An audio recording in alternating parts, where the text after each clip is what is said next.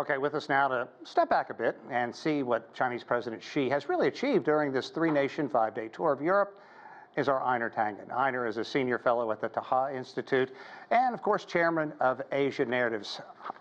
Thanks very much, Einar. Great to see you. And, boy, really a lot to talk about. I want to kind of get right to the highlights of this trip and kind of break down the difference between perhaps what President Xi was doing in Serbia and Hungary as opposed to France. Einar? Oh, Sean, sorry, you just cut in at the last moment. Okay. I mean, what's been happening? This was a people-to-people diplomacy begins at the top. You've heard a lot about that. Tour de force of charm, warm optics, and action, 54 bilateral agreements. In terms of, there was a lot of similarities, whether he was talking to Macron, Vucic, or Orban. It was all about how to build connections. I mean, symbolically, the rail between the two capitals of Serbia and Hungary really shows exactly what China's trying to do, and it's a kind of unspoken comparison to what's happening in the world with the U.S. right now.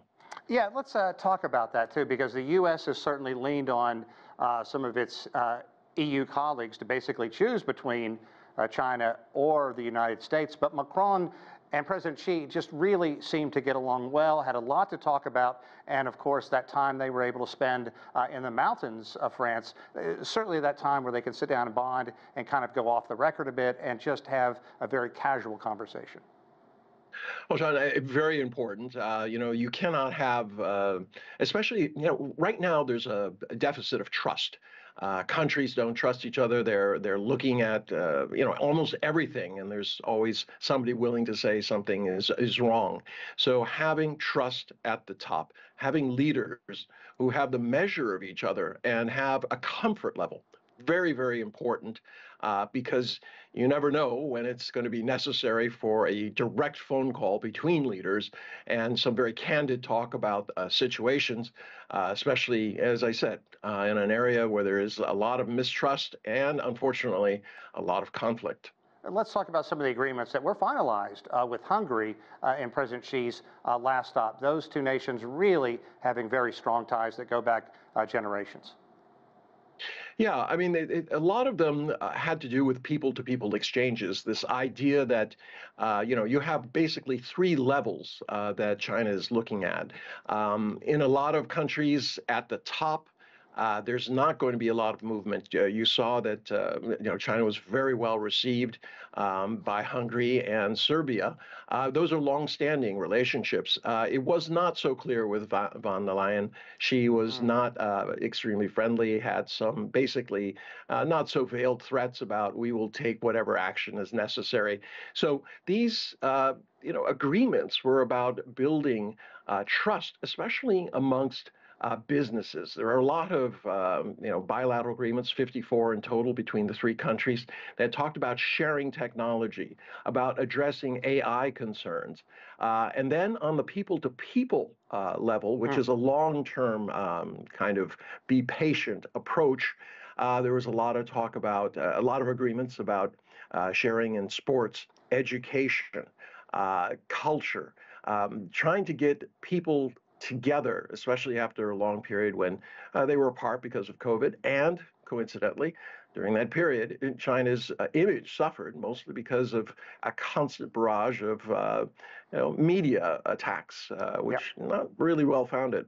And of course, von der Leyen, the chief of the EU, and we were talking with you earlier in the week and we lost your signal, and you were just about ready to say that she was kind of the bad cop in the good cop, bad cop. Let's get you to expand on that a bit, because China has been expanding its cooperation in Central and Eastern European nations. So what did this trip do to advance that?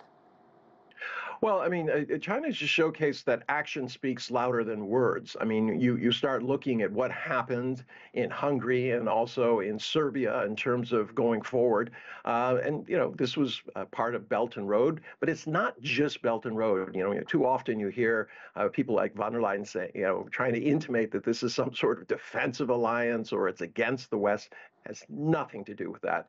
It's just purely voluntarily getting involved in trade. And if you need infrastructure to do that trade. The Belt and Road is part of that, but it doesn't address all of the issues. It is simply a very, very goodwill gesture by Beijing in an effort to address a deficit that's about $4 trillion a year in terms of infrastructure that's needed.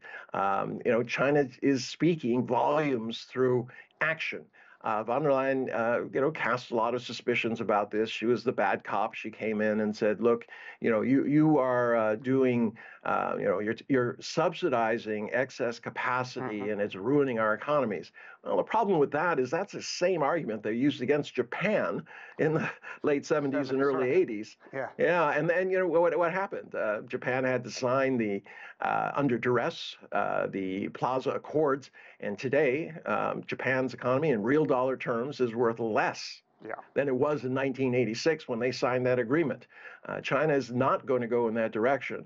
But, it seems strange that the old playbooks seem to be the current ones, even though they weren't very productive or helpful. Well, it's good that people like you and I still have that depth of knowledge. Translation, we've been around long enough to remember all that. And also, Einar, I think you were really bright in pointing out the fact about sports, and it was nice to see President Xi really congratulate President Macron on the Olympics coming up. We'll have to save that one for another time, but as always, we appreciate your time, and have a great weekend, my friend.